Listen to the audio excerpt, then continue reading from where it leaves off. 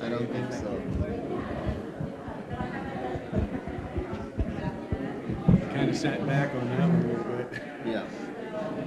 Is Casey here? Yeah. Yeah, I saw him come in. Yeah, he's sitting back here behind this big boy in blue. Pardon me?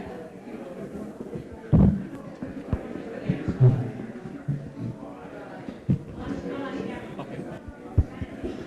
Of course, I would think that's the Keenan business. Who? Keenan. Keenan.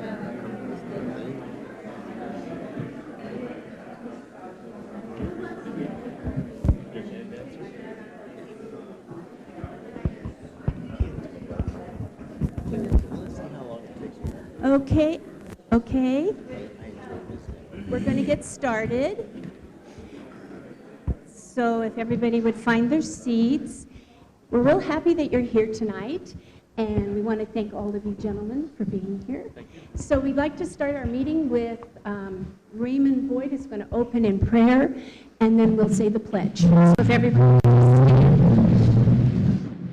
Where's Raymond?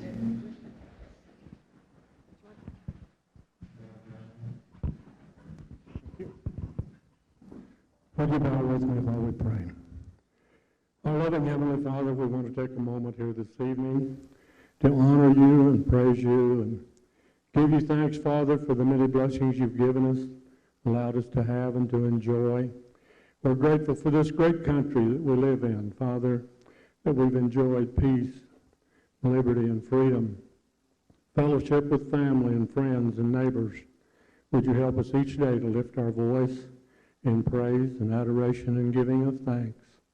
Father, we ask for your presence here this evening, that we could be guided by your wisdom and knowledge and understanding. Give us all hearts, Father, to do those things that would be honorable and virtuous and good in your sight. We ask for your presence here with us this evening. In Jesus' name, amen.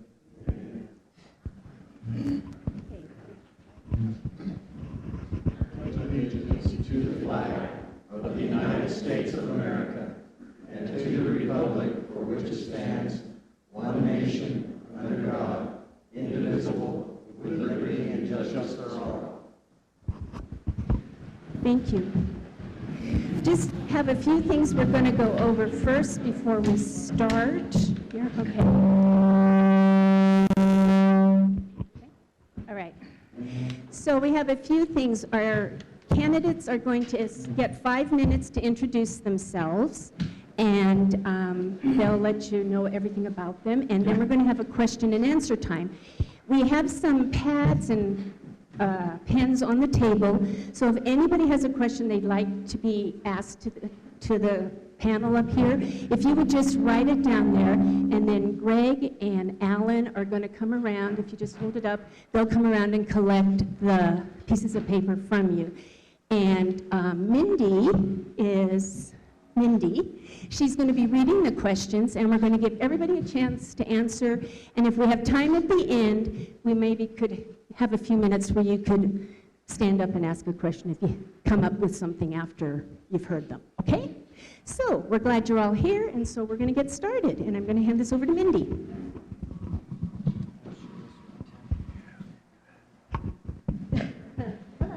Hello. Hello. Okay. Way up here? Okay. I'm Mindy Nelson. I need to hold this up closer. Is that better? Okay. Do any of you all have experience dealing with budgets, water rights, and private property rights? Oh. Okay. So you each have 5 minutes to introduce yourselves. After that, we're going to ask you questions. We'll start from the first one and go down. The second question, we'll start with the second person and go down and so forth. Okay. So we will start with Kent. Ready? Yes. Good evening. My name's Kent Lindsay. I was born and raised right here in Montezuma County, and grew up, graduated high school here, took a little stint for college, majored in electrical engineering, and came back home, married my beautiful wife, was working for my father at the time. 3 years later, we bought the El Grande Cafe, and we've been there for 40 years, and I don't know if that's smart or not smart, but it's provided a good living for us. And in those years, we have 2 sons, we have 5 grandbabies, and a real wholesome family. Also along those years, I became exalted ruler of the Elks Lodge, which started me on, I guess, being out in public. Became a member of the Cortez Volunteer Fire Department, worked my way up through the ranks, became EMS Captain Chief, and after 3 years of being chief, I retired and spent another 8 years on the board of directors with a pretty sizable budget. Right after some of that, some buddies of mine came along and asked me to run for county commissioner. So back in '96, I ran, became the youngest commissioner ever elected in Montezuma County, and served 2 terms, 8 years. And as of right now, I am also have been elected for 2 terms to the Empire Electric Board. That's pretty much my business history. and my family history. Thank you.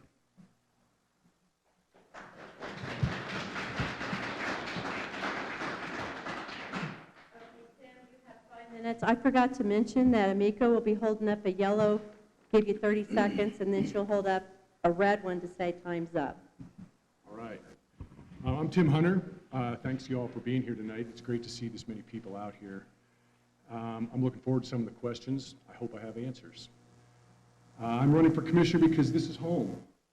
I moved to Mancos 26 years ago, moved my business here, and set down roots. And I'm passionate about this corner of the state and our communities. I want to see Montezuma County prosper. I received a Bachelor of Science degree from Adams State College a while back and then went on to UC Irvine to work on a master's in hazardous materials management.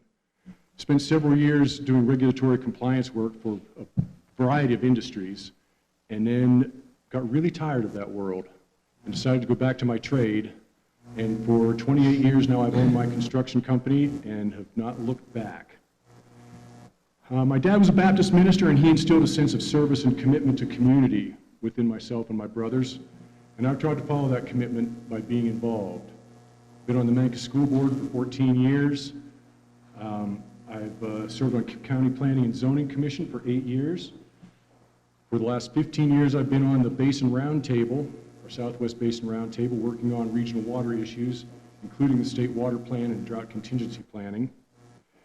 And one of my best things that I think I've worked with is with a lot of the nonprofits in our area, working on the board of Mancos Valley Resources, and I also am on the advisory board for Pueblo Community College. As I said, I have a passionate desire to see good things happen in Montezuma County. I want to serve as Unesco County Commissioner, and I will work diligently for you. I want to see our communities prosper, encourage business and job growth so your kids and grandkids don't have to be our biggest export. We have a representative form of government here in the United States, and it takes involvement to make it work. I encourage each and every one of you to attend the precinct caucuses that are happening on Saturday, sign up to be a delegate for your county assembly, and above all, go out and vote. And of course, I want you to vote for me. Thanks.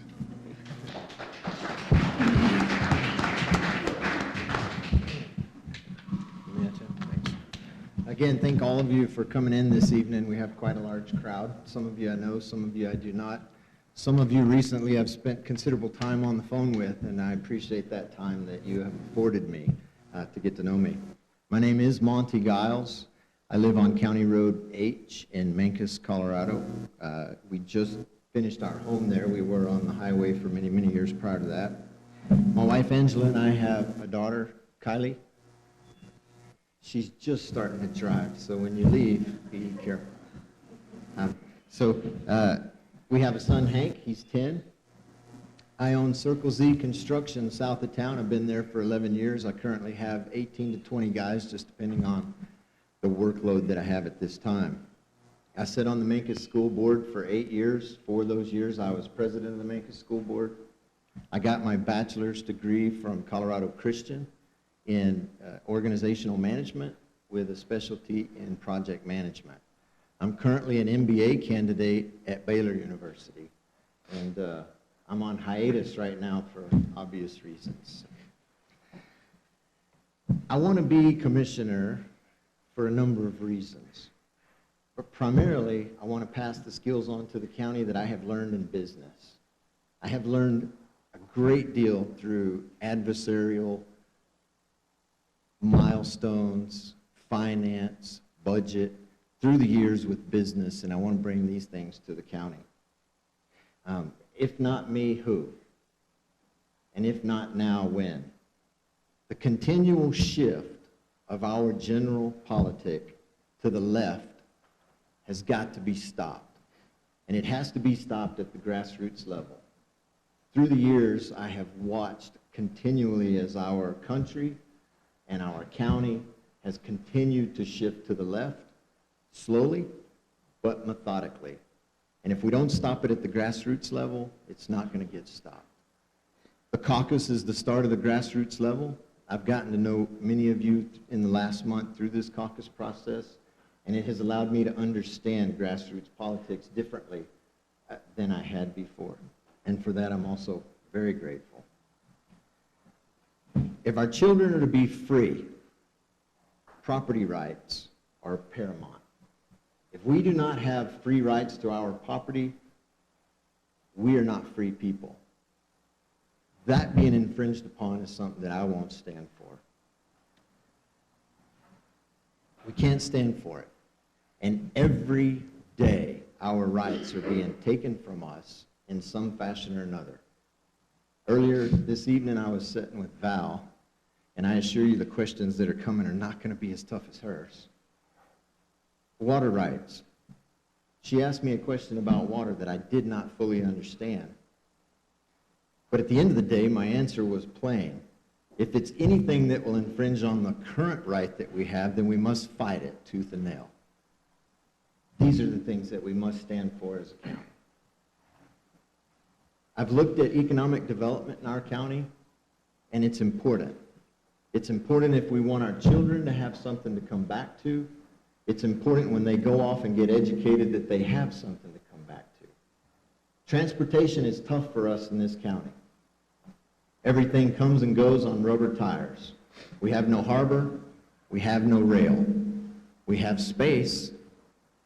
We have the capacity to think with small ball and provide economic opportunities that are within our grasp. We have to think about small ball. Everything comes on rubber, everything leaves on rubber. We have an airport. We have an airport that could provide us a path to larger transportation options. Right now, the only thing comes in is a very small passenger plane. There's federal money out there for airports. It doesn't have to be that we bear the burden, but we as a county have got to start thinking about how to expand our economic footprint. My name is Monty Giles. I'm running for County Commissioner, District 3. Thank you for your time.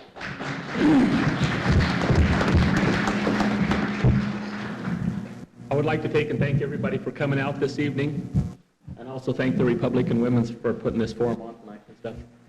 I'm Danny Wilk, and I was born and raised in Montezuma County, and I'm the 5th generation of my family to call this place home. I am married to my wife Jeannie, and we have 4 daughters and 7 grandchildren. I own and operate Wilkin Home Constructors for the last 21 years, doing residential construction.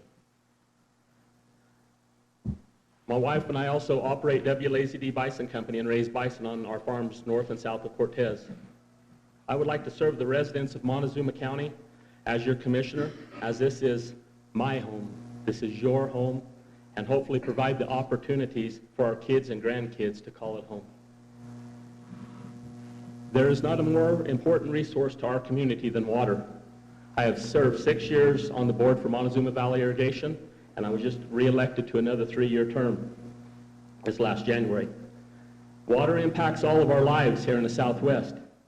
As your county commissioner, I will work diligently with all the water users with respect and communication for the protection and use of our water rights.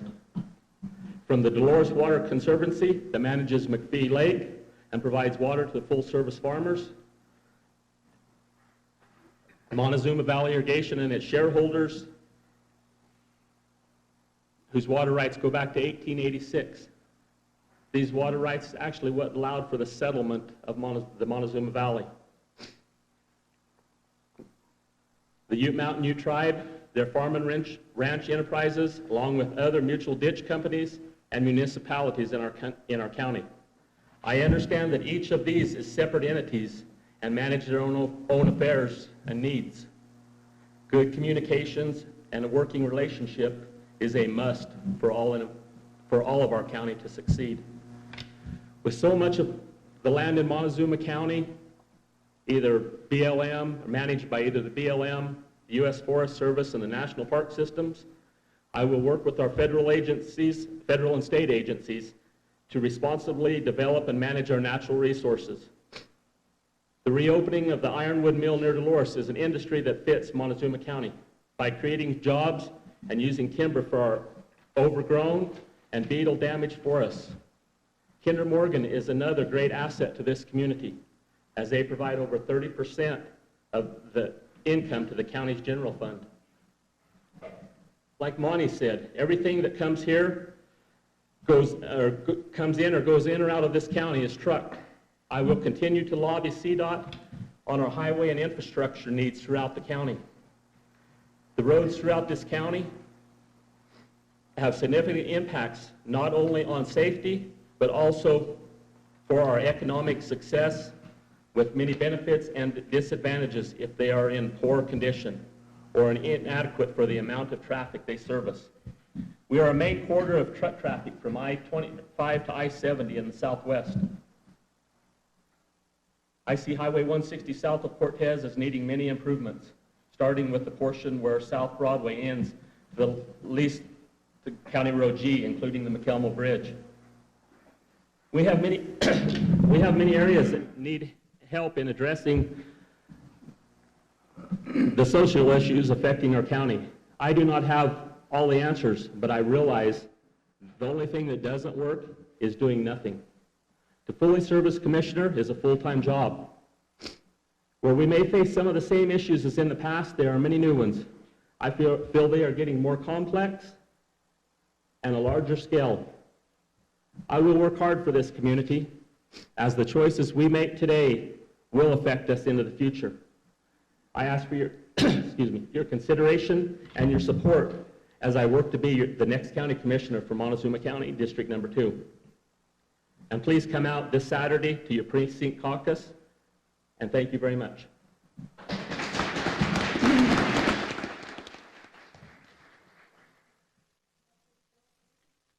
Mike, closer to your, no? Is that better? Maybe even a little closer. So I'd like to take this opportunity to thank you for the time to introduce myself to those of you that may not know me. My name is Joel Stevenson. I'm running for Montezuma County Commissioner in District 3. I'm a fourth generation to live in Montezuma County. I have 4 daughters, 7 grandkids, which makes them the 5th and 6th generations of the Stevenson family to be here in Montezuma County. I graduated from Mancos High School in 1982. I then went on to Fort Lewis College for a year and a half before I decided that college wasn't for me. I then went into the School of Hard Knocks. This is where my real education began. This taught me everything from the values of a handshake. Common sense is a good thing. Communication is key to success, and respect is everything. My great-granddad, he homesteaded in the late 1800s on the property which I still live today. He was a freighter. He hauled goods from Pueblo to Cortez using teams and wagons. He helped settle this country here. My family has been involved in the agricultural business one way or another our entire lives. I'm running for county commissioner because this is our home. This is our community. I would like my children, my grandchildren, as well as all of yours to have the same opportunities that I've had. We don't want our younger generation to move away in order to support their families. I'm not running for commissioner because I own a business or have any special interests in Montezuma County. I'm running for commission because you, the people of Montezuma County, are my interests.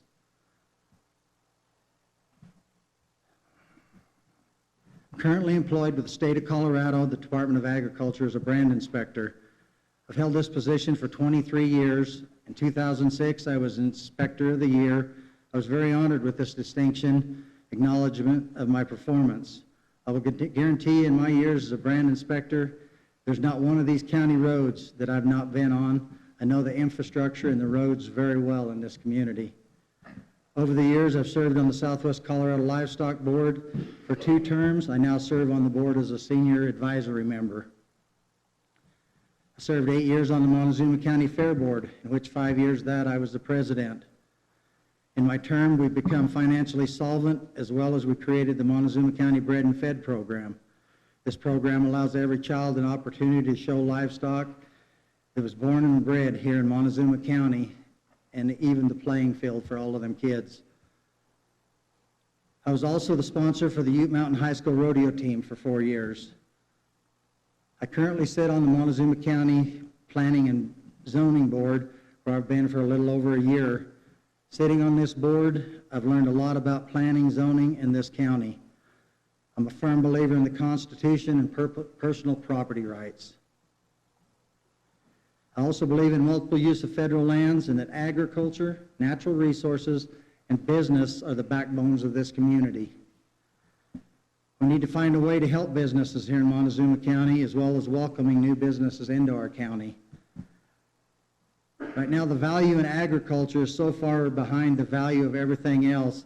If we don't do something to increase these values, we'll never be able to get a younger generation into this industry. I believe our president is trying to do this now through his trade deals, but we got a long ways to go. I believe an elected officials should be the voice of the people that put them there. Recently, I attended a city council meeting on their land use codes. I believe that if the council had been doing their job for the people that they elected them, that they would have thrown that land use code right out the door the first time they read it.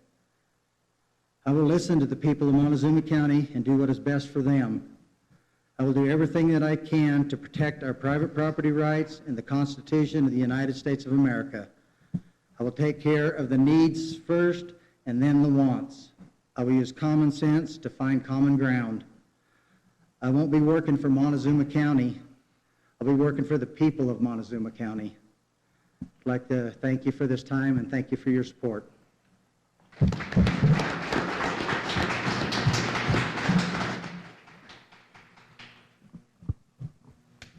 Good evening, ladies and gentlemen. I'm Alan Wayne Randolph. I grew up in Mancos, Colorado on my family's 640-acre ranch, graduated from Mancos High School in 1979, and then went on and graduated from auctioneering school in December of 1979. In January 1980, I sold my first live auction at the Cortez Livestock Auction. Later bought my home in Cortez, where I still reside. Since then, I've donated my time to raise funds for many charities, including the NRA, the Elks Foundation, Cortez Culture Center, Mancos Follies, and many others. And I've been the county 4-H auctioneer for nearly 30 years. Unfortunately, I never had any children of my own, but I feel like I've raised a community of children with the service of the county 4-H. I'm a small business owner in both the trucking industry and the ranching industry. I built my business from scratch. I'm accountable, and I know how to make payroll and know when to buckle down and always finish the jobs with the customer satisfaction. I am the backbone of this county, and I listen to the concerns of the community. I'm sure some of you will ask questions that I do not know the answers right now, but I will figure it out. It's common sense and keeping an open mind to ideas and thoughts of others. This is how I plan to work our county. With bikes, horses, trails, and recreation, we can all get along. I believe the Constitution and the protection of the Second Amendment. I believe in keeping our county agriculture and to protect our future farmers and ranchers. I support agriculture, landowner rights, water rights, recreational use, our heritage, and our family's future in Montezuma County. Once the land is developed and the codes are changed, we lose that part of our history and we'll never get it back. I believe in logically solving issues and generating revenue for our county. I don't tax the people who bring the jobs to this county, and I don't tax the companies here so high that they take the jobs out of the county. If the forest is used right with the beetle kill and the logging, we can generate a substantial revenue for our county by cleaning up the forest, creating fires, prevention, and forest health. I believe in our water. I believe our water is our water. Thank you.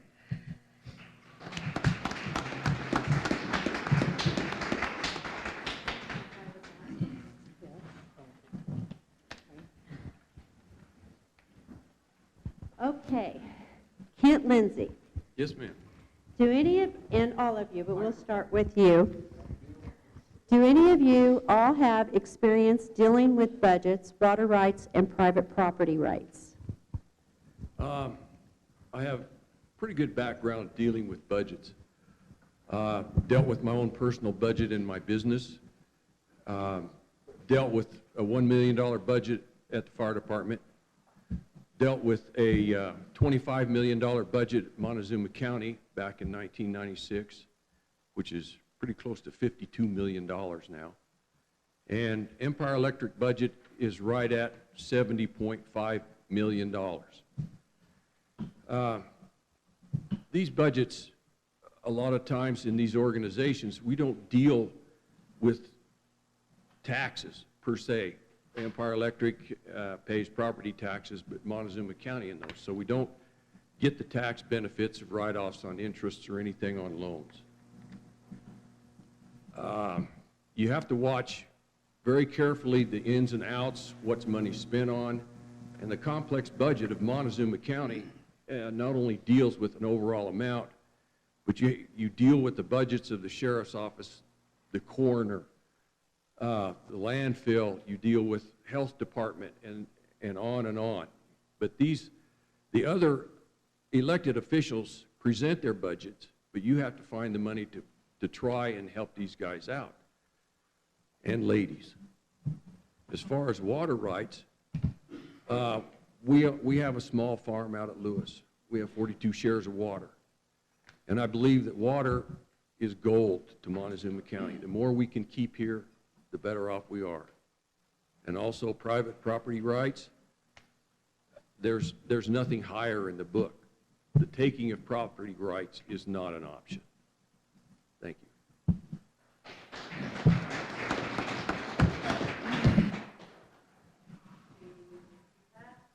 Sure. On budgets, just go down the list here. Budgets, I've worked with, like I say, the Mancos School District for 14 years, and some of that's been through some really tough economic times, and we've had to make those budgets work. And they're fairly large budgets, most of the time $4 to $5 million budgets. Now, the county's budget right now that they just passed this last year is $51.4 million. That's a big budget. It's over 27 some departments that need to be all dealt with. A lot of those have their own budgets that they present to the commissioners to be reviewed, but they all have to be dealt with. I think as a small businessman, I have the capacity and the understanding to work through those kind of budgetary issues. Water rights, well, I've had water rights. I was a small rancher and irrigator, and I've worked, like I say, on the Southwest Basin Roundtable dealing with water issues for the last 15 years in a regional and statewide manner. Protecting our water is going to be paramount. Colorado is expected to increase its population by almost doubling by 2050. Water is only going to become bigger, and as it was said before, water is gold. We have to stop some of the Trans Mountain diversions that are affecting the Colorado River. We have to work with the water rights that we have, because already in this area, we're at least allocated, if not over-allocated already. If we have a burgeoning population, I am not one that wants to see buy and dry out of agriculture. I'm a big proponent of agriculture and keeping our agricultural heritage. Private property rights, same thing. I own property. I want to keep my property. I want people to be able to do with their property what they see fit, as long as it doesn't have severe consequences on your neighbors. Thanks.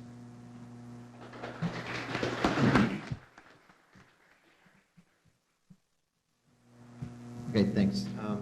Budgets. I'm actively managing $35 million worth of budget right now. That's not including my own personal business. I have projects going on in the Four Corners area where I act as an owner's agent and actively manage budget currently. The Mancos school system, as Tim illustrated, I sit on the Mancos school board for 8 years. We managed to build a preschool out of our own budget, and we managed to bring in an EDA, a CDE grant for the construction of a $25 million addition to our school and renovation. I actively manage that budget as well. I sit in front of Larry Don and Keenan and actively manage the budget of the new courthouse, the combined courthouse, as the owner's rep. Budgets are budgets. The county budget is very complex because of the number of budgets that are submitted to it. A lot of moving parts there. Everyone there has said sheriff's office, noxious weeds, You name it, the list is long. As a county, we need to make sure that we're spending the county coffers properly. We need to ensure that we are as diligent in each of these budgets as we can be without sacrificing services unnecessarily. Water, I have MVI, I have Jackson Special Water, I have Manka Special Water, and Jackson Lake Water. I learned today from Valerie that the 1922 River Call Act is in question at this point for us.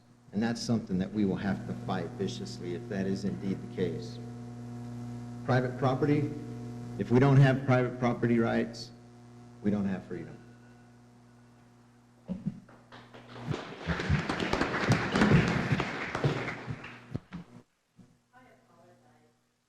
Forgot to mention that you have 2 minutes on these questions. Well, there was 3 questions, that's 6 minutes. Water, budget, private property. Dealing with water.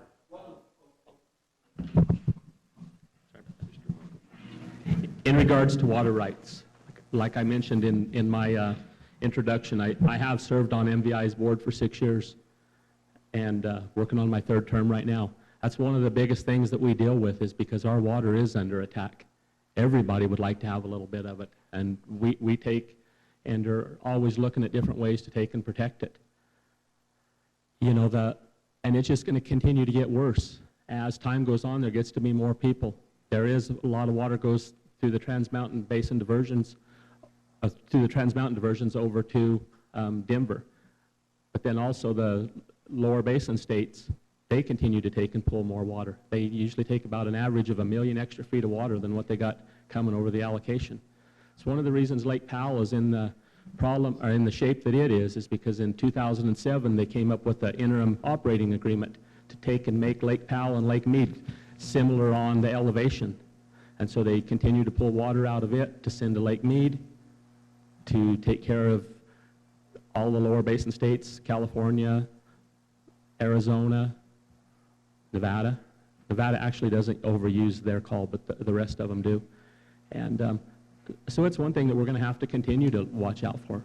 We're as a company right now, we're looking at things to do that we can take and secure our water, because we do know that people are looking for it. And I've said many times, it is the lifeblood of this community, and I fully believe that. As far as budgets, I've been building houses for 21 years, but dealing with budgets anywhere from $200,000 on a house, or in earlier years less than that, to $1 million worth for a house. We do multiple of these a year, or we have in the past. And with that, it's kind of, it will go into helping me work with the county's budget, because they're in multiple departments. Everybody has needs, everybody.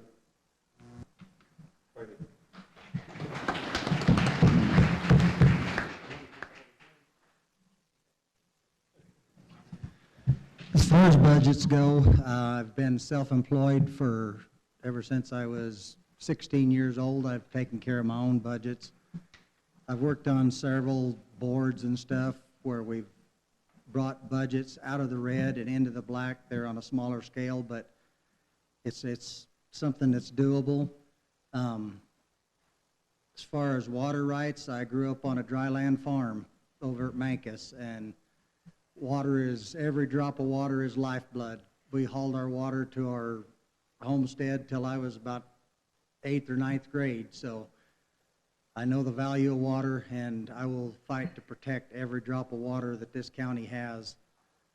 Private property rights, I've lived on the same property since the day I was born. My granddad settled there in the late 1860s.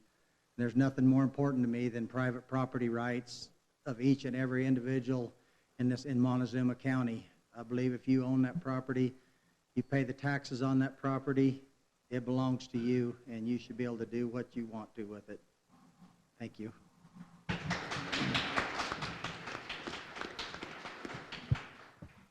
Kind of hard being on the end here. Everybody takes your answers. So as far as budgets, kind of like Joe, I've been self-employed for the last 30 years on my own. I run a, like I said, a trucking company and a ranching deal. I just kind of look out for myself. As far as the county, I will know what kind of money to spend, or if we have the budget to do what we need to do. As far as water rights, as far as I can consider is, I've heard through the grapevine that some of these little ranches or farmettes or whatever they are, people are coming around saying they will take your water for a year and send it down the river, and then you'll get it back next year. I don't know if that's true, but I would hope you guys wouldn't. There's enough people around here that would lease your water from you or whatever. I mean, let's protect your water. Let's don't send it down the river. You might not ever get it back. And as far as private property, I agree. You ought to be able to do with your property rights and stuff. You ought to be able to do what you want to do.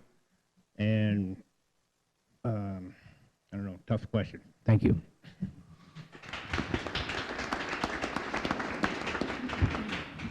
Okay, we'll start with you, Tim, on this one.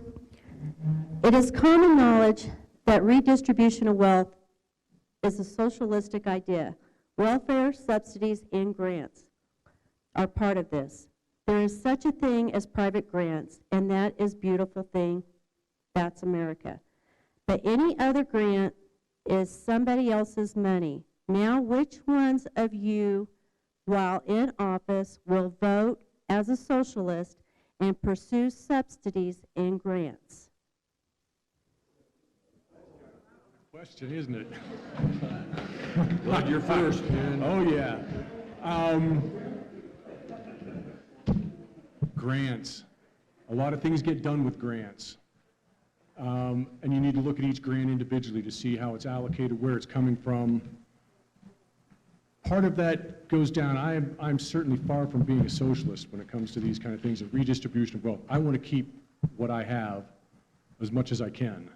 I want to see us have good roads and fire departments and those kind of things, and I believe in paying some taxes, but I want to keep as much money as I have. On the other hand, when there's already federal dollars out there that have been allocated, I don't want to see those grants going to Chicago or going to Denver. So when that money is already out there and available, I don't see that as being socialistic and taking advantage of those grants.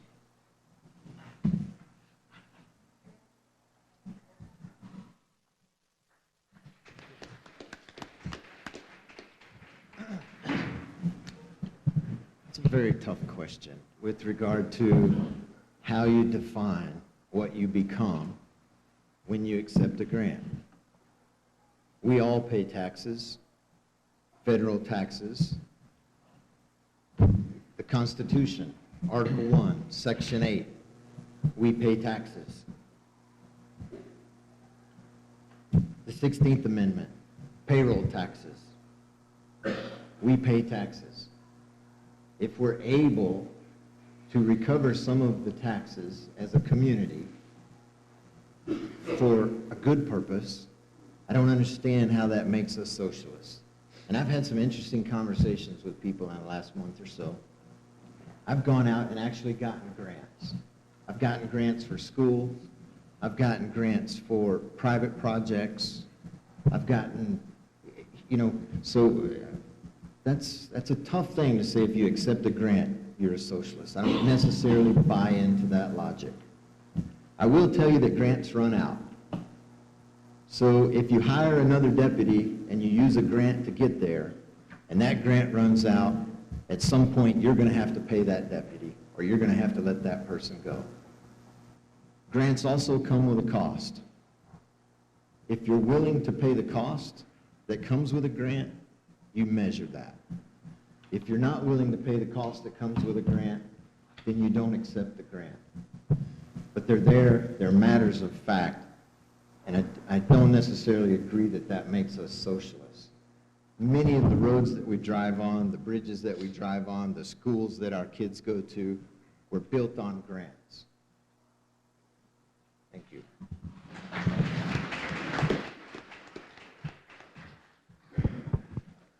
As far as grants, I think you have to take and look at what you're going to do with the grant, and also take and see where it's coming from, and see what strings are attached with it. I don't think you should take and get a grant and put in a project just because there's grant money available. I think that is a waste. But I also know that, like Monty said, we do pay taxes. And, you know, the federal government and especially the state continuously send unfunded mandates down to Montezuma County. And the money has to come from someplace.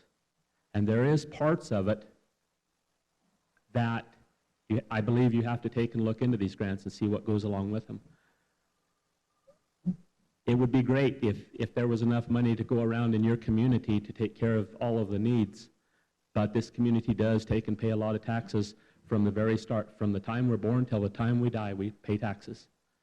And I don't think you should spend them frivolously, but I do think you need to take and look and see how it's going to benefit the community and actually where that's coming from. Thank you.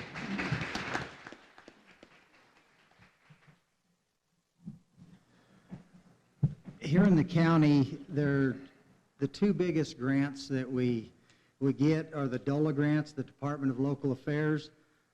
Those grants are paid by severance taxes on oil and gas that's come out of this community, and I don't feel that there's any setback of bringing those dollars back to our community.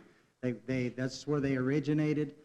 That's where they need to come back. The other big grant deal is our GOCO grants that completely funds our fairgrounds out here. That pays everything out there. We wouldn't have that great facility out there if it wasn't for the GOCO grants, and that money comes from the lottery.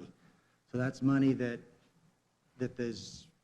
everybody in the state has paid into that thing, and I don't believe that either one of those grants should be turned out anytime you can get that money. I would never do anything to create a socialist type hand me money type deal, but those grants like that are grant money that's there to use, and I believe we need it for our community. Thank you.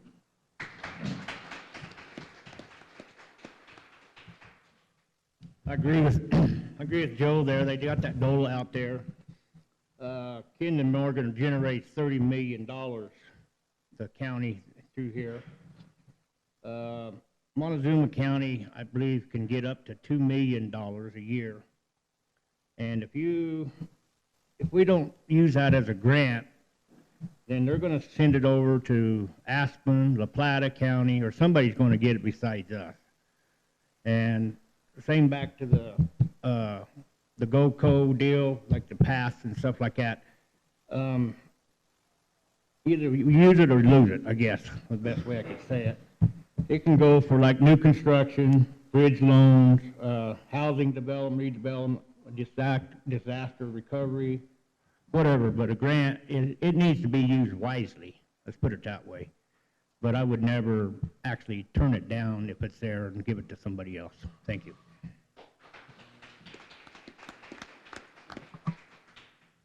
Grants have built quite a few buildings, and you look at our hospital, there was a big grant there. Cortez Fire got a $2 million grant to build a fire station.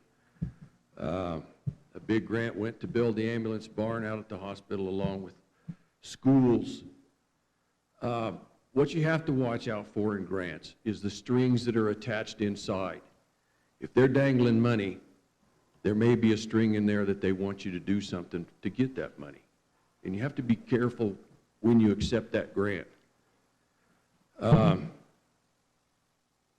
There's a few prime examples out there of some of these grants coming down, especially from the state. But judicial grants, deputy grants, like Steve in his budget, we used to have a deputy, they would fund 75% the first year, then they would 50%, then 25%. And I think one of these gentlemen said, pretty soon you're paying for that whole load. And you have to remember in your budgeting that you're going to accept that, or you're not going to have that deputy at the end of 4 years. And that's an impact on your community. But But the other grants, like the gaming grant, energy grants, man, they're out there, and if you don't go for them, you're not going to get them, and some other community is. Thank you.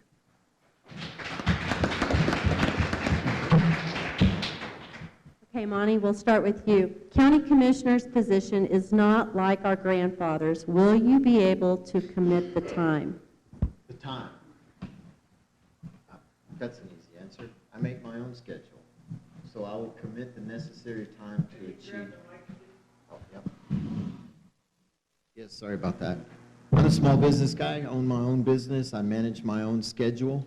I will ensure that the time necessary to fulfill the requirements of the role are given to it. I would never shortcome it, and the requirements of the role will get my full attention, and I have the capacity to manage my schedule. It's a luxury of being a small business owner with a good team in place, by the way. Thank you. That was easy. I do take and believe that over the years that the county commissioner position has got to become a full-time job anymore. I know what the current commissioners do on the different places they're at, the different things they're having to meet with people on and stuff. And, you know, it is a full-time job. I realize that and I accept that. That's what I'm running for, is I'm running for a full-time position to work for every one of you as county commissioner. You know, I build houses. Over the years, I've scaled mine back more and more, and I'll probably still end up building a house or two, maybe a year. But I don't look as having great big projects like what I've had in the past. Because once I become county commissioner, then I will take and do what I need to do to take care of the interests of Montezuma County.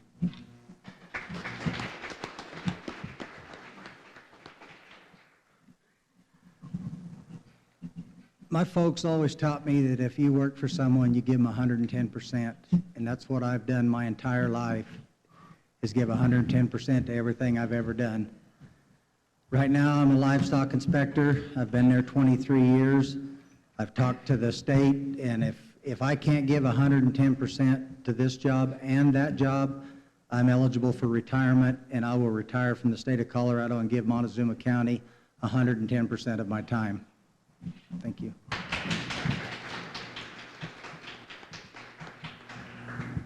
I'm kind of the same way. I own, like I said, I run a little trucking company and cattle and business and stuff. And if I'm elected county commissioner, I will give you, I'm working for you people, and I will give you all I can, 110% or more or whatever it takes.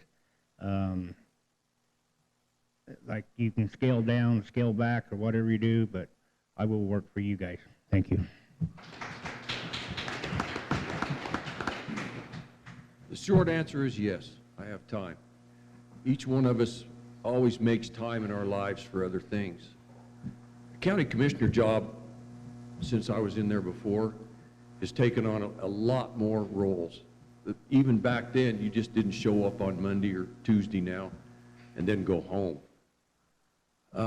You meet with department heads. You split up your commissioners into committee meetings. And each commissioner goes to different meetings all throughout the week and even in the evenings.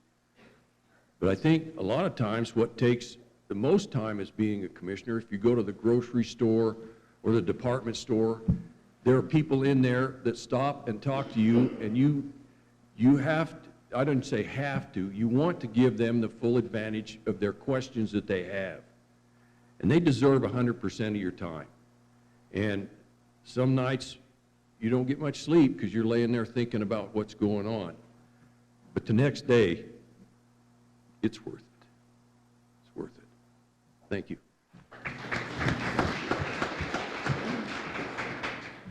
Again, yes.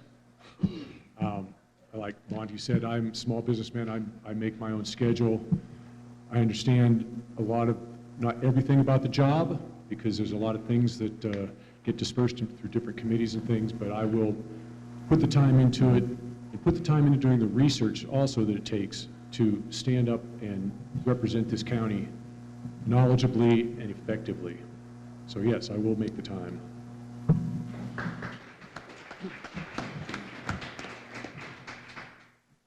Okay, Danny. Private business owners, how will you balance your personal business with serving the people of Montezuma County? I will take and scale back my business. And if it means that I don't have the time to take and build houses anymore, I won't build houses anymore. I will take and devote the time to this, because it's not just about those meetings, it's about all the other meetings that go on out in the county with different groups and the city of Cortez and the town of Mancos and the town of Dolores. I feel you have to be to all of these places to really take and know what is going on in the community and what everybody's facing. And I will make the time, and I will scale back whatever, or end whatever I need to serve the residents of this county. I've always believed in working hard and giving it my all, and I will do that for every single one of you here.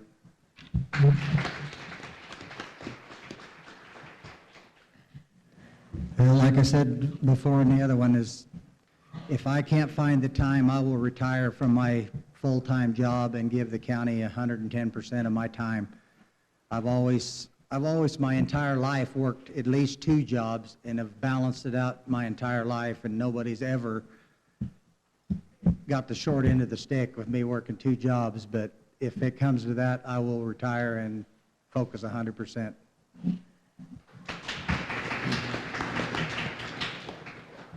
Kind of the same question we asked before, wasn't it, kind of? Once again, I'm here to serve you guys, and like I said, I will give you 150% if that's what it takes, but you know, if we got to scale back, or I got to sell my cows, or go buy me a bicycle ride on the weekends, or whatever I got to do, but I will still be here to serve you guys for county commissioner. Thank you.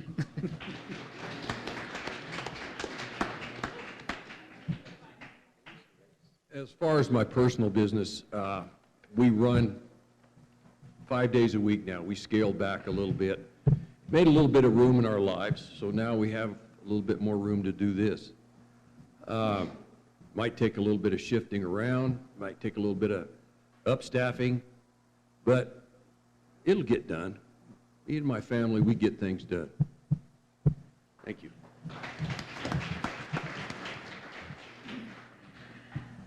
My business will be the business of the county, whatever that takes to do that. That's just all there is to it.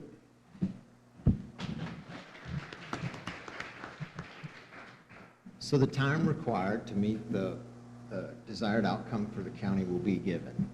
I have a very strong team in place in my personal business. I will be able to turn over as much as needed in order to fulfill the requirements of the county. This 40-hour work week mentality that we have as a society is part of our problem. Many people wonder how you can have 2 jobs. I got 4 or 5 jobs. I still find time for my family. I still find time for my cows. I still find time for my friends. And I'll find time for the county. President Trump is a businessman, and we couldn't count the businesses that he still runs. And I'm pretty sure if he can find the time, so can I.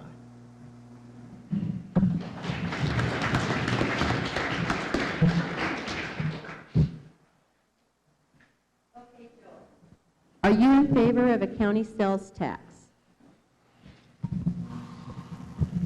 I'm not in favor of any kind of tax. Right now, our county is fiscally sound. I don't think there's a need for any kind of taxes. I think I would like to find a way to give some of that money back to our businesses and stuff in the way of tax credits and things like that, and I would not support us county tax.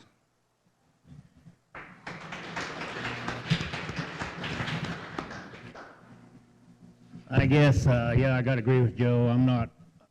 I would not, for the sales tax, I would not up the sales tax for any reason. Why keep going up and taxing people out of this deal? So, no, I'm not for it. Thank you.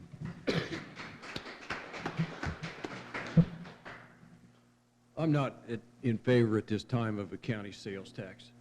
You have to remain competitive in the outside world. If we had 1% or even 0.5%, it just gives our shoppers here another excuse to go to Farmington or Durango, Grand Junction, Albuquerque.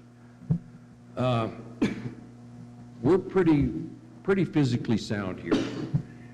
And sales tax, they're kind of in and out. You look at tourism. One year it's great here, the next year it's not. And if you're counting on that sales tax year in and year out, your budgets are going to be skewed tremendously. So right now, no.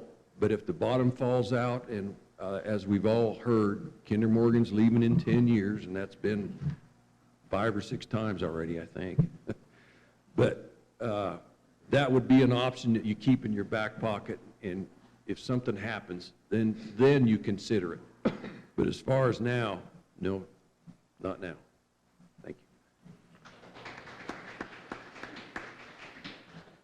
you. Sales taxes in general tend to be regressive taxes that affect the poorest people the most. I don't see currently any kind of a need for a sales tax in the county. If we need to generate more revenues, if we do start having tax revenues fall off, Kinder Morgan doesn't pay their bills, whatever goes on with those kinds of revenue generations, we need to find other economic incentives, other kinds of things to bring jobs in that will provide those kind of revenues and keep it off of the backs, especially of property owners, if there are going to be taxes. That's one that just, our property owners can't stand any more taxes. And like I say, sales taxes tend to be regressive anyway, so I am not in favor. Something would have to be worded something outside the box that I can think of right now to approve any kind of sales tax.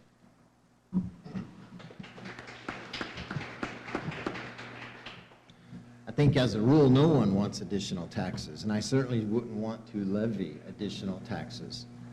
However, you shouldn't close the door on anything. I know a couple of years ago, I think it was in 18, the commission actually looked at a 1% sales tax, and at that time, a 1% sales tax would have generated an extra $1 million to $2 million in the county's budget. At some point, you don't close the door on anything. Taxes are constitutional. You must maintain the solvency of the county. If you put all your eggs in one basket and you close the door to something, then you're not the person running the county you should be. Because I wouldn't close the door to anything. I don't want additional taxes, and I don't want to levy additional taxes. But I will certainly not sit here and tell you because I don't know what I don't know. When I am a commissioner, I will start to understand the revenue streams, where they come from, how they're allocated, the longevity of them, and develop opinions based on knowledge and not theoretically. Theoretically, none of us want additional taxes. But I won't sit here and tell you that a sales tax is, one, unconstitutional, because it is not, and two, unnecessary, because I just don't know what I don't know.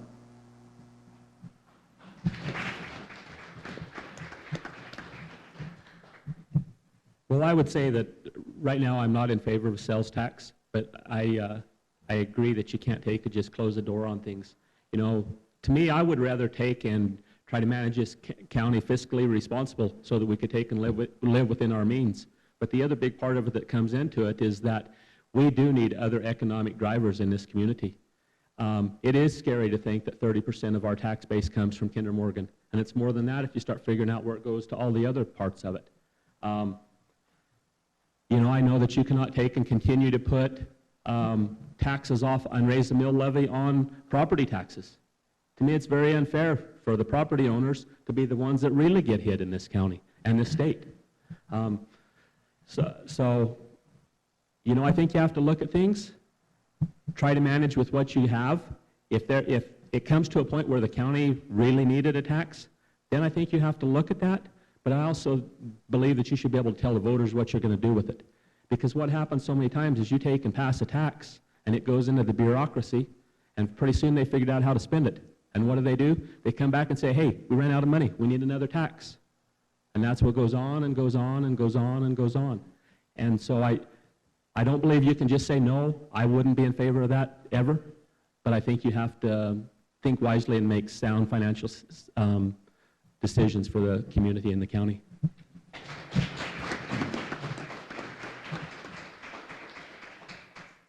Okay, Alan. In the past few years, we have had a lot of major thefts. How do you propose to address this? Can you repeat that again? In the past few years, we have had a lot of major thefts. How do you propose to address this? You say major thefts? Theft, stealing. How would I go about it? Yeah. She didn't quite have the mic up to her mouth. I couldn't really hear what she said, but thefts is what you said, like robbers? I would, we don't need no,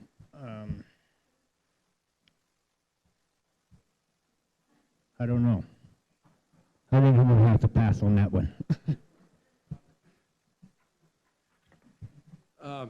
Crime in our community is becoming more and more and more obvious. You look at the graffiti, you look at the M&M, and I'm not sure exactly what kind of thefts you mean, just overall. We've had frauds, we've had break-ins, but fraud is a crime of opportunity. You take, look at the fraud at the city. You've got to have audits in your government every year. You can't wait 1 year, 2 years, 3 years. That's negligence. You have to watch your budgets all the time. And your audits sometimes will catch it, but sometimes they won't. You look at an opening sheet of an audit and it says that they don't look for fraud in all of those audits. But sometimes you need to bring in the fraud auditors to look. And it might be wise every now and then that Montezuma County goes through a fraud audit to take a look at itself, to make sure that you're doing the right things physically.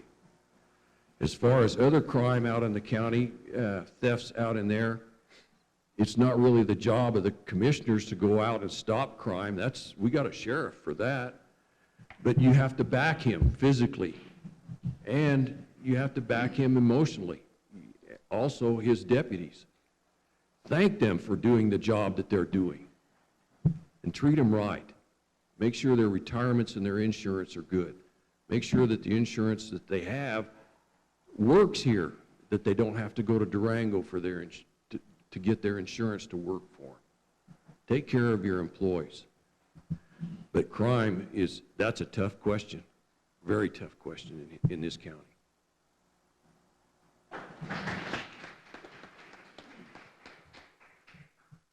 Well, I'm certainly no expert on crime, but our sheriff is, and that's his purview. That's what he does. He's the man that needs to deal with crime. He needs to put a budget to the county commissioners that are going to deal with whatever issues are going on in the county. I don't attend a lot of commissioner meetings because I do have work and run my business, but I do read the minutes from the commissioners' meetings, and I've looked over, I don't know how many pages the sheriff has to deal with every week, 13, 18, 20 pages of reports that he gives to the county commissioners. Those need to be reviewed, and he needs to have the support of the commissioners to take care of crime issues.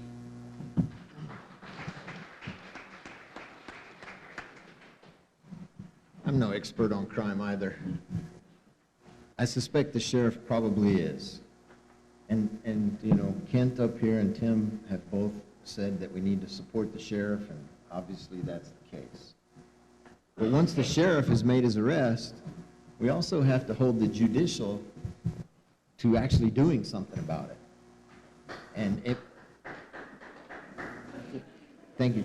So if we could hold these people accountable and get the judicial district to hold these people accountable, it may be that we can curb this to some degree and ease the sheriff's burden. But when you arrest someone and they get out the next day and they ultimately walk with no punishment, there's not much of an incentive to stop the bad action. the judicial has to step in here as well. And I know we have a new DA coming, and I know Will pretty well.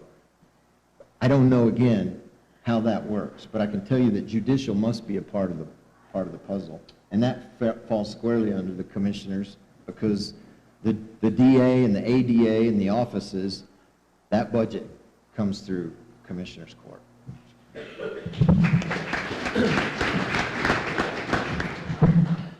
Well, I think that you have to take and continue to take and support the sheriff too. I mean, you have to pay attention to things. You can't just take and throw money at things and think that's going to solve the problem. But I do believe that we got to take and give the sheriff the resources and stuff that he needs. And if there's more, I think that, it is his responsibility to come in and talk to the commissioners and everybody to come sit down and figure out what they can do to make things work. I think, and I agree with Monty again, he keeps stealing my thunder. The judicial part is a problem. You take and get arrested, you can go get thrown in jail multiple times, and then you get right back out. There is no consequences to it. We have a bad drug problem in Cortez. But there's really no consequences for it.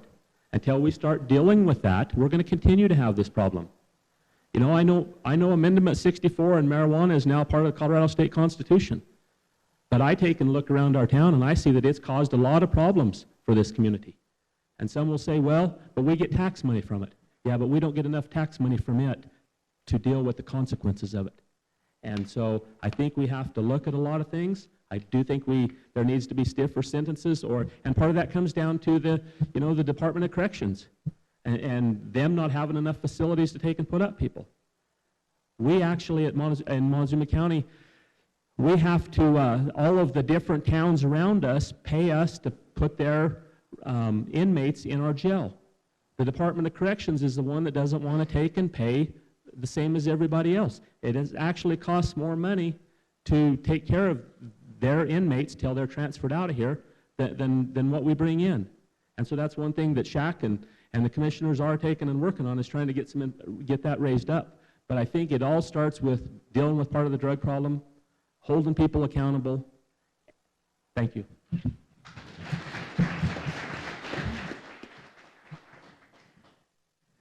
This in Montezuma County, I believe most of this stems from the drug problems that we have in this county.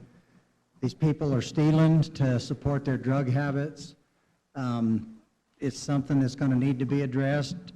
It's a hard thing to do when at the state level they're wanting to make all of these drug charges a misdemeanor and just kick everybody right back out the door.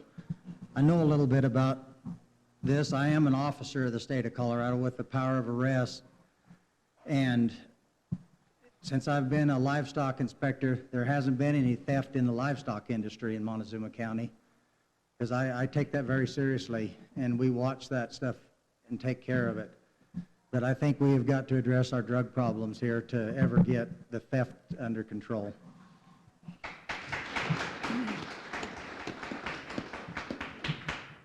Okay, back to you, Kent. How do you feel about the county taking back its public lands and managing them to benefit the county? It's been one of those that's been kicked around for a long time. If you can derive benefit and not cost the taxpayer any money, it's a good thing. But if you're going to take back these lands and you maintain it, and it's going to take a lot of money to keep those lands up to what we expect, then that's one of those questions. It's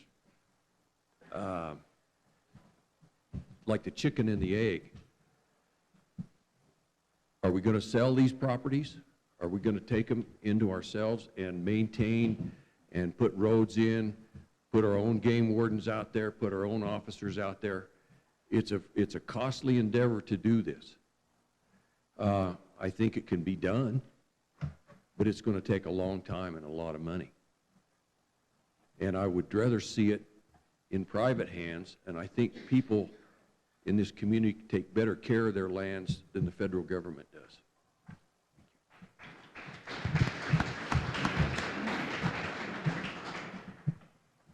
Public lands is a big issue, big debate, and whether it comes to public lands or the roads thereon. it becomes mostly a fiscal issue, as was stated. Can the county afford to take that on? Closer? It becomes more of a fiscal issue if the county can afford to take these kinds of things on. Given some of the budget constraints, I see that being a difficult proposition.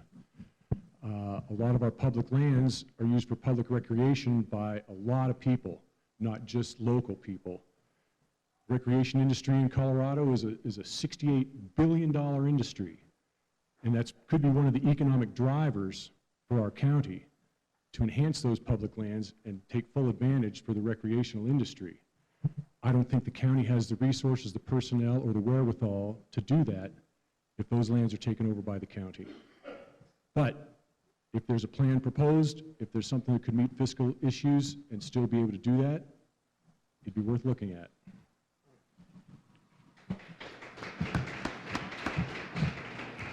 This is a question that it comes up every time I speak to any person. And it always comes back to if it makes sense for the county. And that makes dollars and cents. RS 2477, the road, it was established such that you could have access to mines, logging, and rights of way to homestead to generate commerce. This was reversed in 76 by the federal land policy. It's a long acronym here. So I've learned a lot about this in the last month. But it always comes back to if it makes sense for the county. It's very easy to say we should take back our public lands and we should take back our roads. But understand exactly this. At some point, someone has to pay for those roads. And the argument has come back to me several times that says, well, we already blade those roads. That's true. But that money filters back in from the feds for those roads to the county. So we may do the work, but we're being reimbursed for the work. We take back those roads, we won't be reimbursed for that work anymore. Then it comes back to whether or not the grape is worth the squeeze. I think each one of these issues should be looked at that way. And the decision's made based on what's best for the county. We all want our public roads back. There's a cost. Everything has a cost. Are we willing to pay the cost?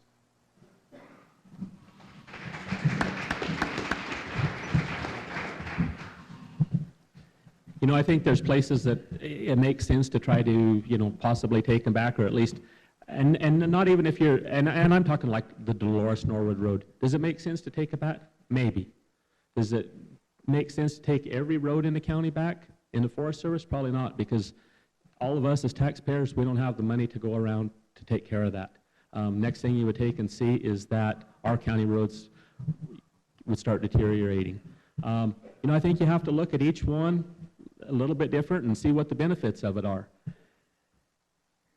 You know, I think one way of taking back, not necessarily taking back the federal lands to the county, but figure out how we can take and work with the federal, with the Forest Service and with the BLM to manage those lands better, so that like we do have logging when we need to, work to being able to take and get permits through when we need to, somebody needs to drill. And I'm not just saying go out and destroy the earth. I'm saying most oil companies, mineral developers and stuff, there is guidelines that everybody has to follow through. And, you know, I think you got to hold people responsible. You got to take care of things. But I think rather than just trying to take everything back, we should be working with the federal bureaucracies to make it so that it works for Montezuma County and it doesn't take and cost the taxpayers more money to take care of it. I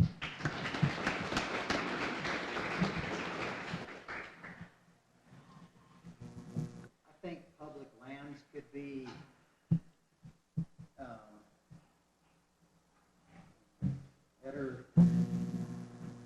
better served by a local government that knew the areas than instead of somebody in Washington, D.C. that knows nothing about what's going on in the local environment. Is it fiscally sound to do something like this? Probably not. It would take a lot of studying and looking into before you could ever think about taking on a commitment like that for the county. I do believe they would be in much better hands if we had them in local control. That's about all I can it just take a lot of research and everything to put it all together.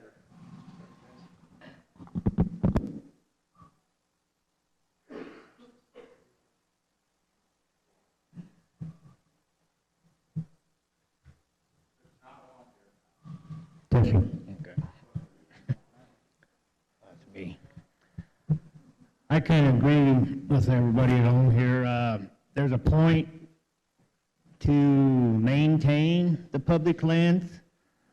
Whether do we want to take it on, or like the logging industry, whoever's up there, oil field, whatever. I agree that we need to be able to let them people in and out if the Forest Service won't do it, type deal. It's kind of a tough question. It's, I guess we'd have to, what I'd have to say is cross that bridge when we get there, if we want to take our public lands back or how we want to do it. Thank you.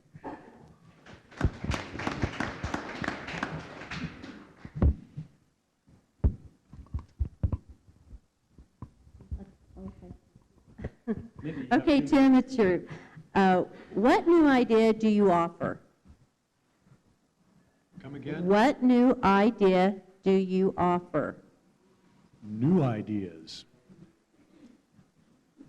Well, again, like I said, we need to promote the and this is not necessarily a new idea, but we need to figure out ways to promote the recreation industry and the tourism industry. I was in a meeting with the tourism board on Tuesday night. Again, another $22 billion industry in the state. We need to emphasize tourism more. We need to emphasize recreation more, which comes back again to our public lands issues. And this may be a ways off and out of context, but we talked about everything coming in here on rubber tires. I think a long-term thing that should be looked at and maybe investigated, railroad spur to Gallup's only 100 miles away. If we had a railroad spur coming into here to bring goods in for industry and to ship out their product, it could be a great economic driver.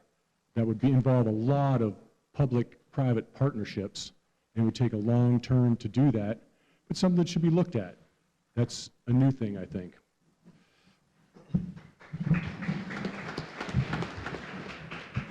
There are no new ideas. I mean, there just are not. What we can do is take the ideas that are out there and fine-tune them. And economic development is a fine place to start.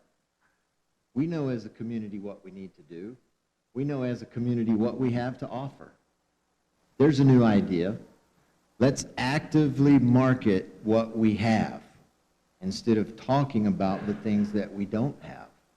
We have space. We have empty buildings. We have things to offer. The new idea is circling back and looking at some of the things that we have to offer and making sure that they're out there for those industries and those businesses that might have an interest in Montezuma County.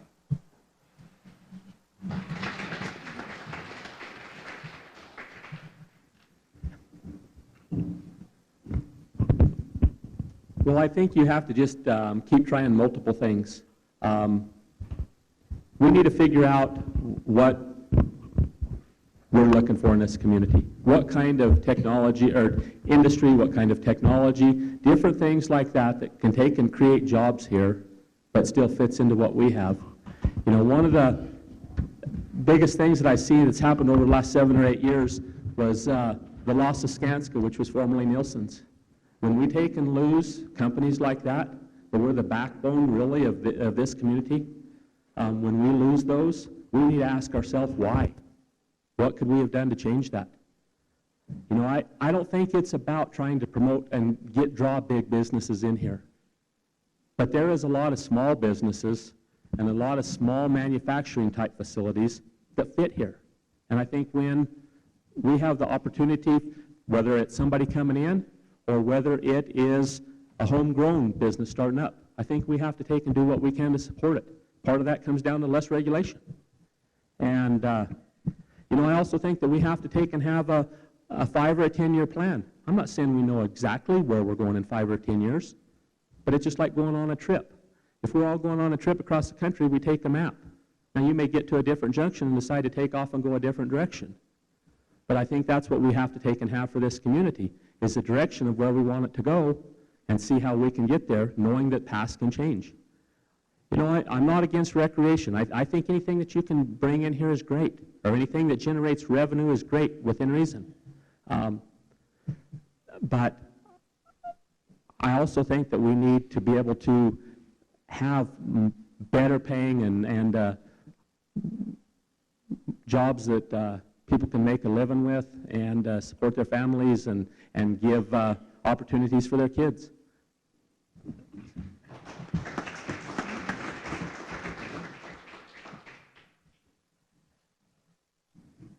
Montezuma County is a large agricultural community. And like I had said in my opening statements, we've got to figure out a way to put value back in agriculture. It is so far behind everything else. It has not kept up with the price of new vehicles. It's not kept up with the price of land. You can't even afford to go buy an acre of land to farm on because you can't compete with the people that are building homes and this and that. And if we don't put some value back in agriculture, that's one of our major economic drivers right there, is getting ag back. Tourism, we have everything there in the world to offer right here in Montezuma County. We got the #1 bike path in the whole state right here. We got Mesa Verde, we've got Hovenweep, we've got everything. This should be an economic driver for this community. As far as the businesses, we got to find a way to cut regulation and taxes for these businesses to move in here. Right now, we've got like Ironwood, we've got Western Excelsior going again, we've got Aspen Wallwoods going over there. Those are the type of businesses that will support this community and sustain it, because we're using the natural resources that are available to us here to bring this deal together. But ag is the big thing, I think. Thank you.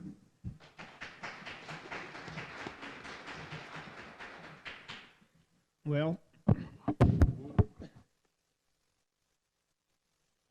like I said, Joe hit it right on the nail head right there. When I started auctioneering back in the early 80s, the cow prices is almost exactly the same as they are back then, as far as a cow, bull, whatever. I mean, a butcher cow, butcher bull type deal. There's probably not $10 or $20 difference, 100. The agriculture deal, you go downtown.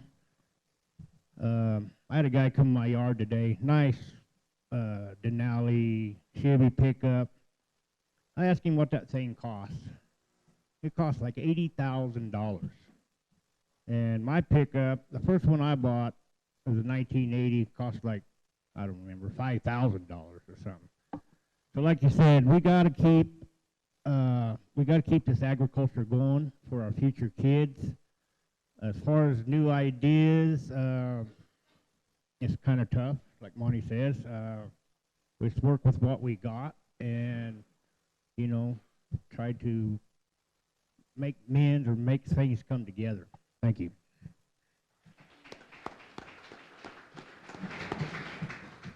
You know, in Montezuma County, we used to have an economic development committee. They were running, maybe I'm being a little harsh, but they were running around and not being very effective according to a lot of people. Montezuma County and Empire Electric and some others discontinued funding them. I think we might want to take a second look at this, but not just give people an office, a computer, a secretary, a manager, and a bunch of money to go dancing around. It needs to be guided, and I think the commissioners should guide this. You can form a committee of people in our community, build a team, and they can start this again. They're willing to, they're out there. Results are long-term. You don't expect anything to happen overnight. Some of the other ideas, the commissioners looked at the M&M, and when I read about this and looked at it, I remembered we fought the same fight down in that area with an intersection, and that intersection sort of killed things down there. Now it's full of graffiti and weeds. But the county has an opportunity, but I read that the state's going to come in and take over the dirt work. Montezuma County receives environmentally damaged dirt. Montezuma County can take that dirt, reuse it. We can raise that building down there and make it look good. And we have a road department, we have maintenance guys, Belt Salvage is just down the road. It's little ideas like this that we can put to work and make our community look better, and maybe we can make it flourish. Had a cousin down in Gallup work for the railroad. The rails and ties for this spur up here were stored there many years ago, and Mikio's telling me I got to stop. But they got tired of waiting for right-of-ways. But I think these problems can be solved, and transportation is part of the key. There's a lot of moving gears here that need to be put together.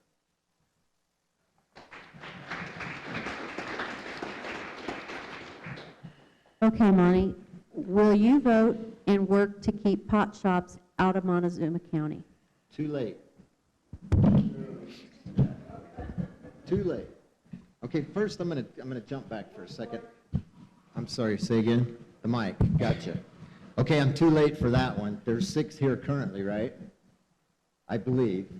So, yep, inside city limits. We don't need any more. I can tell you firsthand that it did not help the school system in Mancos.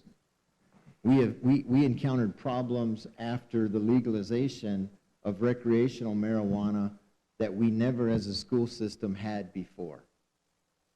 The dean of students would go to someone's house in years past, prior, for truancy or behavior issues, and at least the parents tried to hide what was going on. In the society that we live in today, they don't even try and hide it. It's out on the table. The kids are walking by it.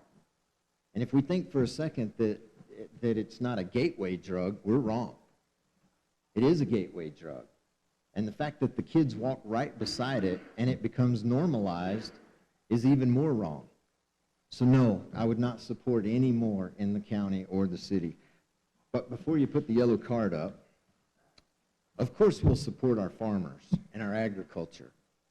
But we don't get to set those rates. The commodities market sets those rates. So it's outside of our control. We talk about reducing regulation in our county for business. I've owned a business here for 11 years that's in the county. I know of no regulation that impedes my business currently. None. Not a single one. So I don't know what we could reduce any further. Currently, the county taxes are low. So we can say, let's reduce regulation, let's reduce taxes. County sales tax is 0. Can't reduce that. And there are no regulations that prohibit currently anything that I do with my business on a county level.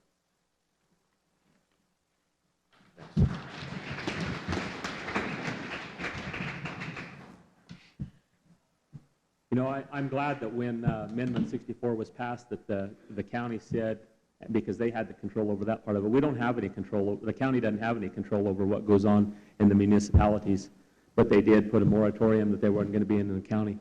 And, you know, I take and would stand behind that. Like I said earlier, I think a lot of the problems that we have start with marijuana and go on through different drugs.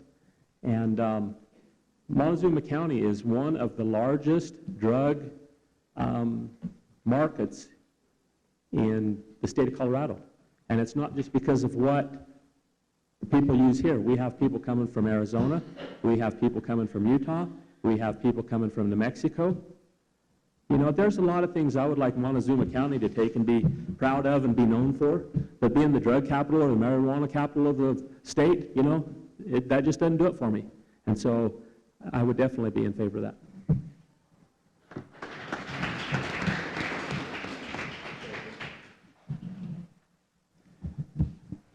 I would not be in favor of any more marijuana shops. We do have the mandate that they can't be in the county right now. It's kind of a two-way sword here.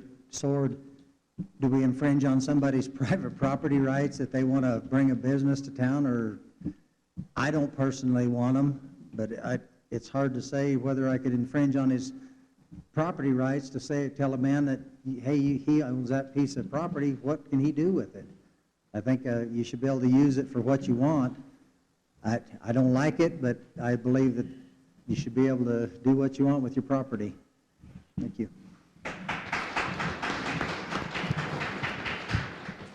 No, I do not support marijuana deal at all.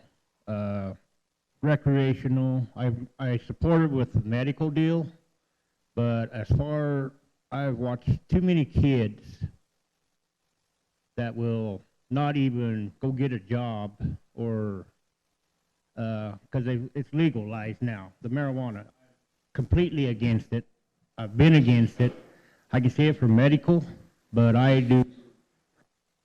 Kids won't even go out and get a job. I've seen their parents just go buy the stuff. Won't even make them get out and get a job, and I am I'm against it. Thank you. As far as marijuana shops in Montezuma County, I'm against. You have to look at the impacts that this creates upon all of our agencies and our schools. Ambulance runs. Every year since this has been on, they go for a record year, more runs. Ambulance is running over 3,600 calls a year. Fire departments are impacted by this. They're running in the thousands of calls a year. School systems, look at what it's doing to the kids in the school systems. So as far as marijuana in the county, no. Some of the medical operations in the city, I know that it has good effects for a lot of people and does wonders for some people.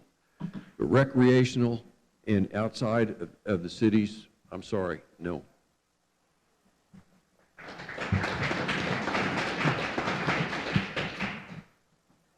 No.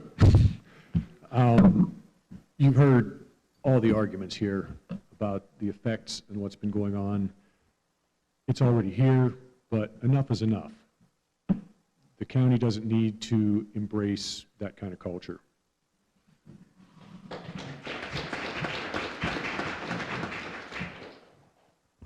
Okay, Danny, what is the most important public health issue for Montezuma County, not the coronavirus, and how would you address the issue? I think it's alcohol and drug abuse.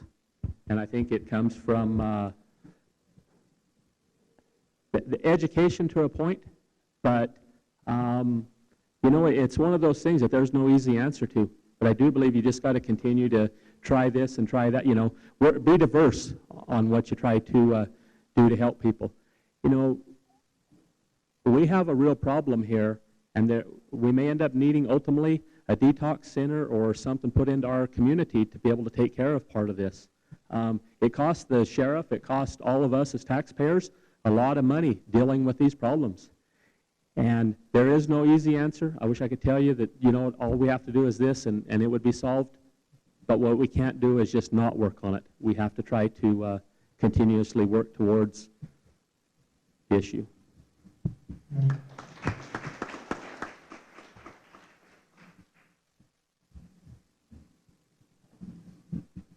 Drug and alcoholism, that is the main public health concerns for our county.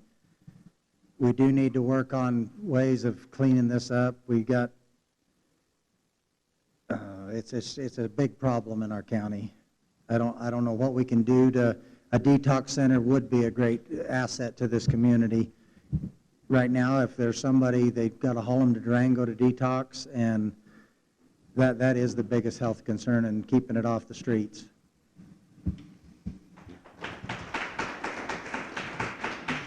Can you repeat the question, please? I didn't quite hear you. I don't know if it's a pillar in front of me or what, but I cannot hear you part-time. What is the most important public health issue for Montezuma County, not the coronavirus? How would you address the issue? Well, I'd have to agree with the rest of them again. Drug, alcohol abuse. You already said can't talk about coronavirus. I guess I won't. There's, I guess the worst thing, they get on the marijuana, then it goes to worse from that to meth or whatever. I hear once you get on that meth stuff, it only takes about one time and you are hooked. Once again, I'm not very smart in drugs. I don't know much about them, don't care to know about them, but I will support what we got to do for the safety and health of the people here.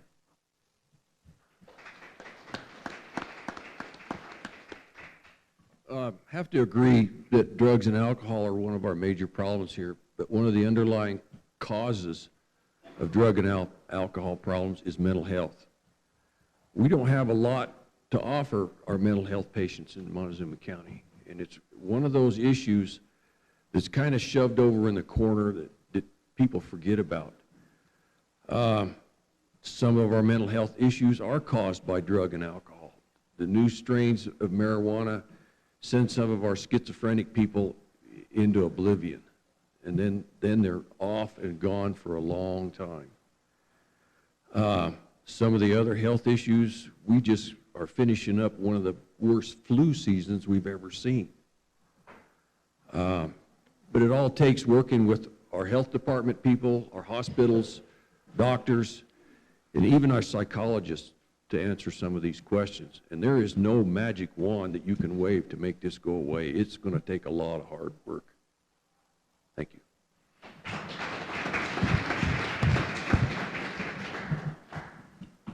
Alcohol and drugs, it's an issue that we can't avoid. Like I say, I've been looking at a lot of the sheriff's reports. That's what the predominance is for all of their calls. Healthcare and social services are the biggest employers in our county already. But we need to address this on a little bit further. Educational opportunities and jobs. When you have people that have nothing to look forward to, no job to go to, it's an unending cycle of abuse at that point in time. We need to be able to give people a hand up, not necessarily a hand out, but give people a hand up that get into these kind of crises. Mental health issues plays a lot into that. So part of our social services, I think we need to do more education and be able to provide, somehow, look into these different budgets and see what can be done to give these people a hand up and not, like I say, a hand out to break that cycle.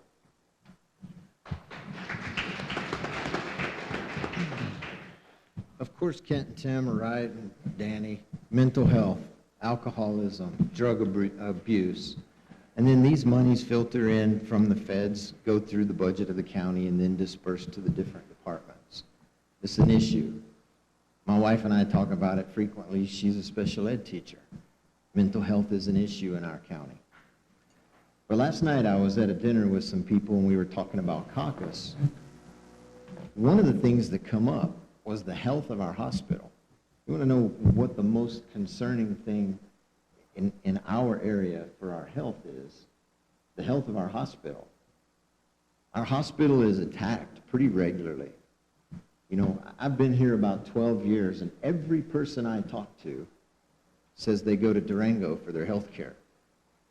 Now, I stumbled into that emergency room locally with a burst appendix, and I came out of it okay. My son was born here. He's just fine. My daughter has broken her arm twice. Our hospital deserves our support. We need to figure out how to get and keep and retain good doctors. What was told to me last night is that doctors here, other than the few that we all know that have been here forever, it's like a revolving door. We have the same problem with teachers, but we're talking about doctors. How can we get and keep our good doctors? So the health care of our hospital should be a priority, and it should be a priority for all the citizens in Montezuma County.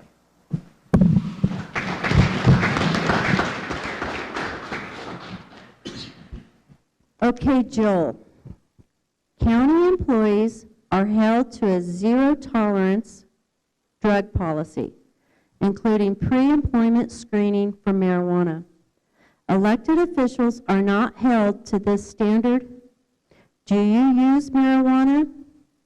If you say no, would you voluntarily test to prove it?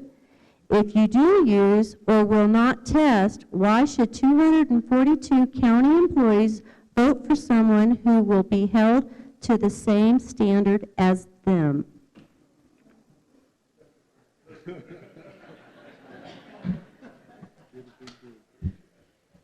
do not use marijuana. I do use CBD oil. It has helped my arthritis immensely. I would take a drug test, and I would think that everyone that works for the county should have to take a drug test. I think everyone that's on any kind of government subsidy should have to take a drug test. As long as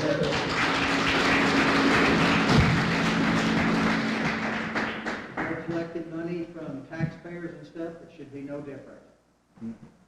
But I will take a drug test right along with everyone else. Thank you. No, I do not use marijuana, and I do take drug tests. I'm on a random drug test because when you run a semi, you got to take a random drug test whenever they call you in. Well, I understand it. If you do marijuana, it lasts in your system for 30 days or so. So it ain't one of these deals that, oh, I can go smoke a joint today and it'll be out next week or whatever it is. So no, I do not do marijuana, and I am on a random drug test.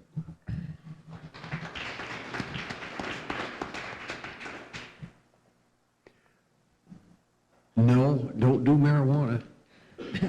Don't do any illicit drugs. I mean, but you're looking at one of the original guys that started in the county drug testing. We started with the road department. The day we instituted the drug policy in Montezuma County, 3 truck drivers quit. And it's gone from there. It's anybody that operates any kind of equipment, has any financial responsibility, has anything to do with health, which is almost anybody in Montezuma County government, should be given a drug test. And yeah, I'll pee in the cup.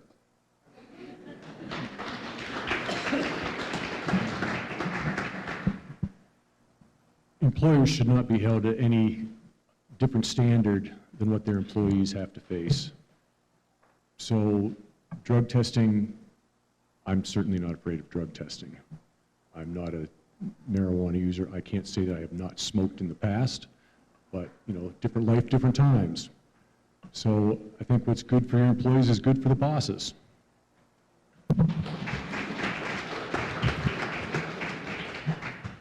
I don't use drugs, marijuana. My company does work in the oil field, so we have a mandatory drug policy that we implement as a company. I myself am in that same pool that gets randomly tested. If you choose to work in certain industries, for the DOT, for the oil field, for interstate commerce, which is pipeline work, then you submit yourself to random drug tests.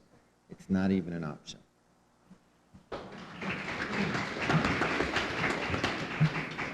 Yeah, I don't use marijuana either, and I'm all in favor of random drug testing. We do that in our construction company, especially when we had a lot more employees and stuff. And at the same time, I was like Monty, he was right into that same pool and stuff, and so.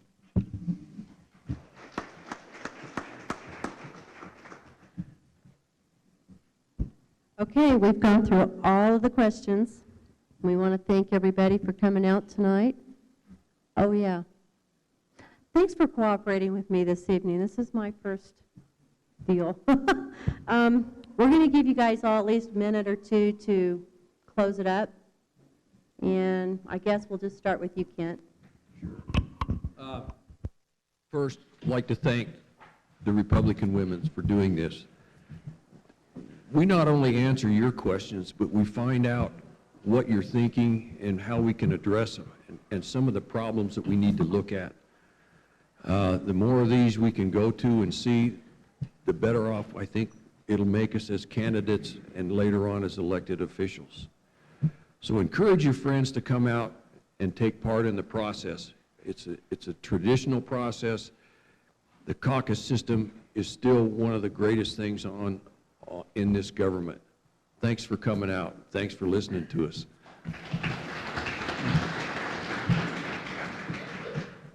Again, I thank everybody for being here. Being a participant in our form of democracy, it's an honor to be able to be out here and to see this many people that are willing to be out here and participate. It makes me feel really good to know that people are concerned and care. I appreciate the questions, and I'm more than willing and happy to talk to people anytime, any place if they have questions and want to pick my brain or figure out where I'm coming from. Bring it on.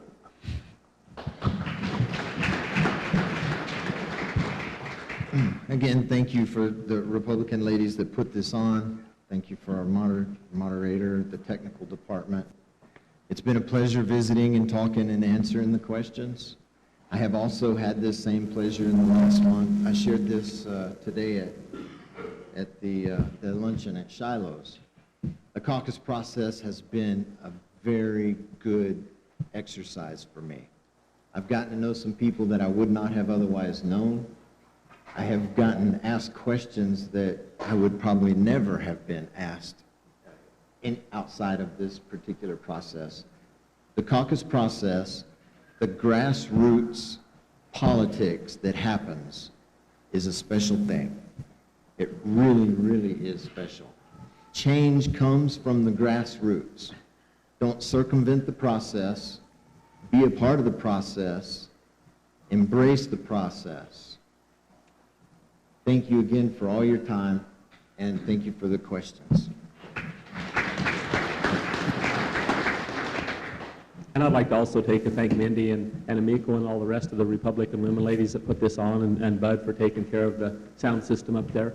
I think there was a lot of good questions tonight, and I appreciate you guys coming out and asking them. We need to be asked the hard questions of how we think and how we think we can have solutions to things. So I encourage you to come back out to the next forums, try to take and learn as much as you can about the candidates. You know, it was said earlier about protecting agriculture. I'm fifth generation on the farm that I live on, and I don't make all of my living on that, but I put a lot of what I've made into it.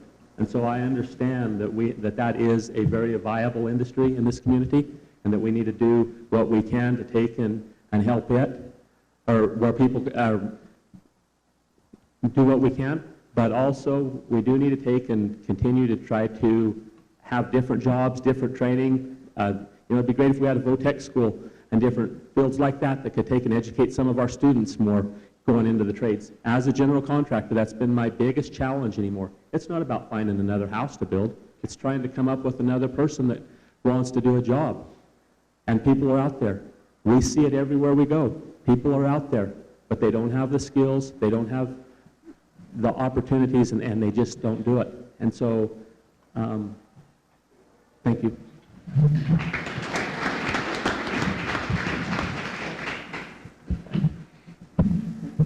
Thank you, ladies, for having us here this evening. This is also a first for me, so. Over the past few weeks, I've met with the county administrator, I've tried to meet with some of the heads of the departments. I'm still trying, I'm going to meet with every head of the departments to find out issues that they're facing and educate myself on the workings of this county. And I have learned a lot in the last few weeks, and your questions here tonight will just help me better myself in finding out different things that I need to know about this county. And thank you very much for having us.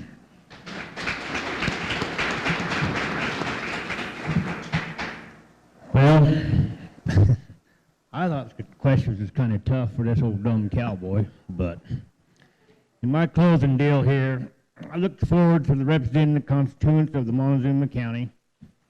This will be my full-time job. I will be accessible to everyone. This is what I'll do for as a county commissioner. I will work with our new city council and be advocate for the communication of two entirely so we can work together for the best interest of our city of Cortez. I will work with the town of Mancos and Dolores and listen to your opinions, your ideas, and your thoughts. I will show up, follow through, and be the trustful person I am known to be. I always finish what I start and work the best of my abilities in honesty and integrity. I believe in economic development, internship, small manufacturing, education. I believe the people who bring jobs here should not be taxed so high they cannot operate. We want successful business here to help our local people thrive.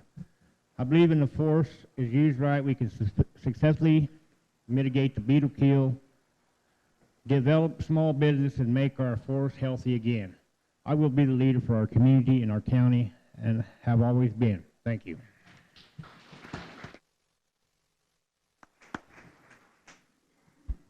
Okay, once again, we want to thank everybody for coming out this evening.